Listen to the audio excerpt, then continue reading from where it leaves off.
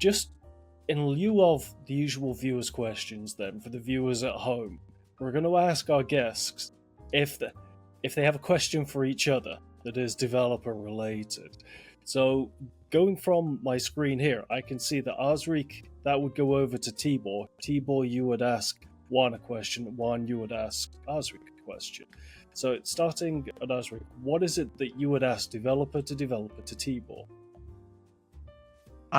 So maybe this might be a little bit too personal, but I recall you said earlier that you made the second level of your game in honor of your father.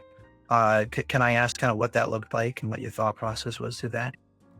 So, like the original idea for the level was that, like, my dad passed away because of COVID, and like he was an asthma patient for his whole life, and he basically had no chance even though he was vaccinated.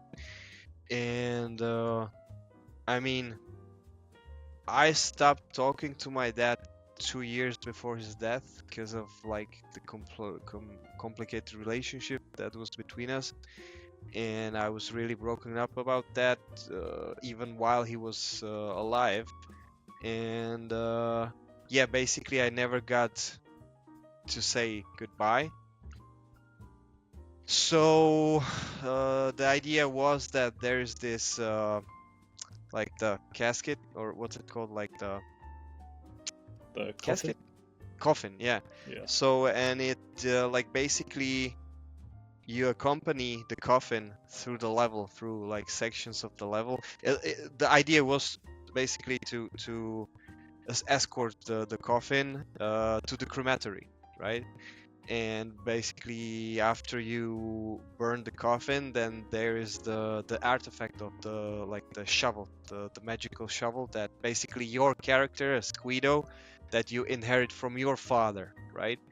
But I was basically prototyping it, and I didn't have enough time to basically develop the idea further, and Marky got hold of the idea and he executed on it like masterfully. It's really like my probably the favorite level in the game, obviously.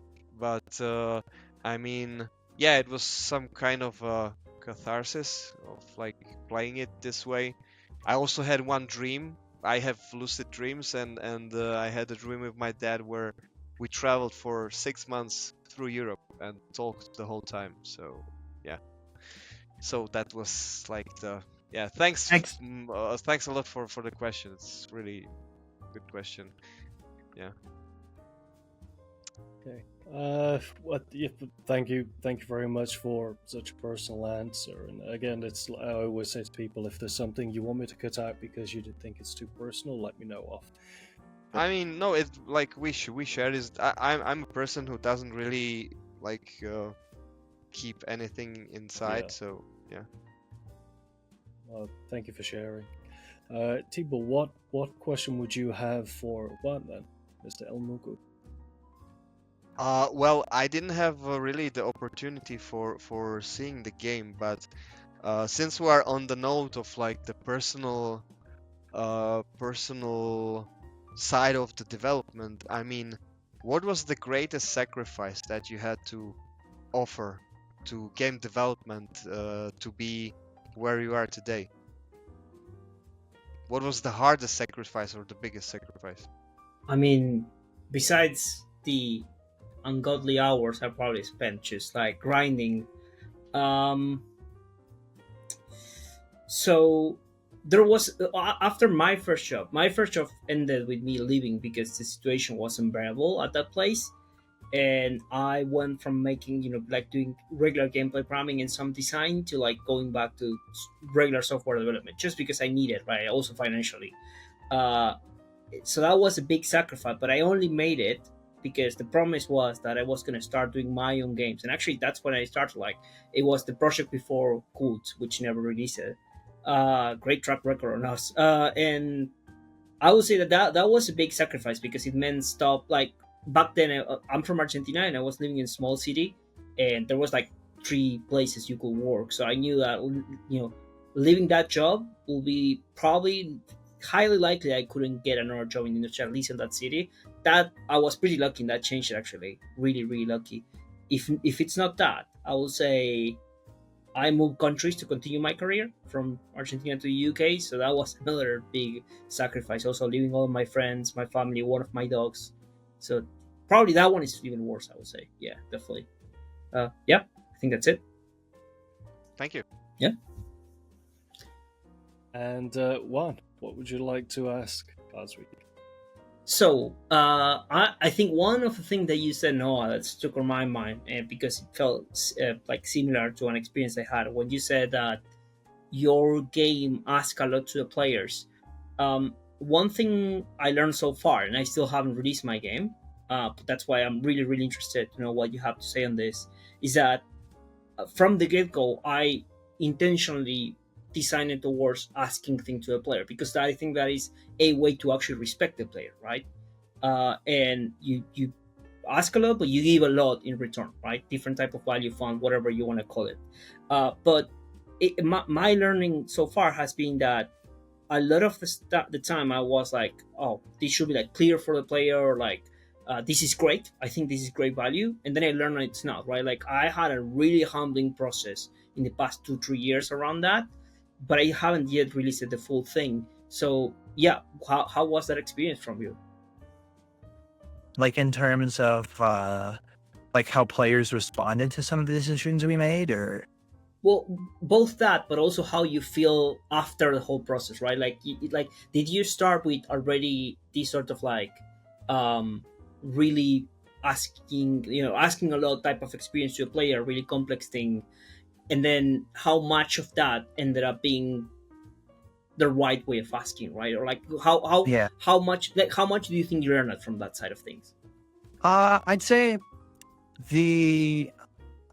how do I put this? Well, I think for starters, the mindset I had kind of walking, I mean, a lot of game development, this was my first game. So a lot of game development in general for me has been a big process of learning front to back. I think it was during Doom 2016's, so the interview rounds that were going through the 2015 period in the lead up to Doom 2016, id Software was really pushing this idea and talking about the concept of push forward combat. And in general, as I was kind of growing up and I sort of fell in love with the retro shooter genre, I sort of began to develop and have this idea of a game should incentivize and encourage players to engage with the aspects of the game that make that experience enjoyable, right? And so when I'm developing a game, the kind of questions I'm asking in the back of my mind are, what are some fun core concepts and ideas that we can use to drive the experience forward? And how can we incentivize the players to engage with those systems and with those mechanics? So for example, with us, one of the big things we wanted to do was making bunny hopping a very big central mechanic within the context of the game. There were some areas early on, I would say, where we didn't provide enough incentive to use some of those mechanics. And so we ended up having to double back throughout the course of development as we kind of were getting feedback and try to find more and more ways to incentivize players to engage with the experience in the way we wanted them to. Effectively providing more punishments as well as more rewards to provide the player with reasons to engage with our systems. So one of the simple ways in which that manifested itself is we had player, bunny hopping is somewhat of a big ask for a lot of players. And so the question is, okay, well, how do we provide players with more reasons to bunny hop? And one of the ways we went about doing that, other than just mechanically simplifying it so that it was approachable for most people, was we added a mechanic where as you're bunny hopping, any damage you take is cut in half, which means that even if you're, say, bad at dodging things, it's still beneficial for you to bunny hop by proxy of the fact that you'll just be taking less damage in general. And sort of implementing systems and mechanics like that in such a way that, again, we can provide incentives for players to engage with the parts of the game that make it an enjoyable experience in the first place. And in general, like the general design ethos of Viscerafest was taking everything I loved about first-person shooters and pushing those things to the forefront, or specifically retro shooters, and pushing those things to the forefront in a way I hadn't seen other games doing. Like for me, when it comes to retro shooter combat, what I personally love about it is resource management, it's incentives to engage in aggression, and it's target prioritization. And these three things combined effectively turn the retro shooter subgenre at its peak into a pseudo fast-paced strategy game.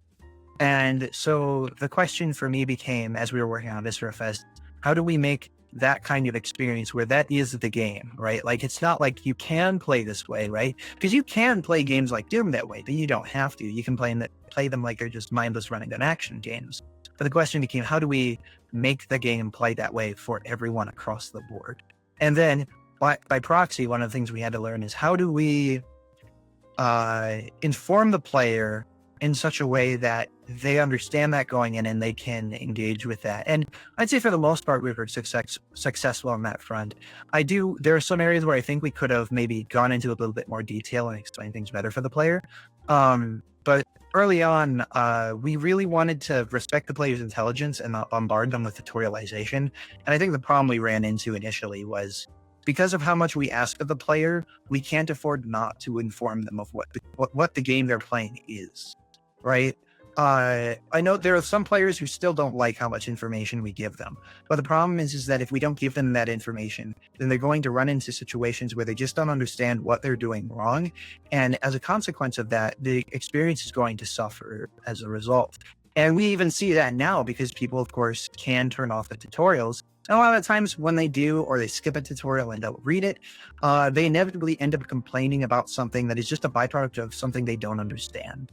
And that's in general, that's just a natural byproduct of effectively trying to make a game that in some way, shape, or form respects the player's intelligence, is that it does mean that some people aren't going to pick up on everything you're putting down. And even if they do, they might not necessarily enjoy everything you're putting down. Not every game is for everyone.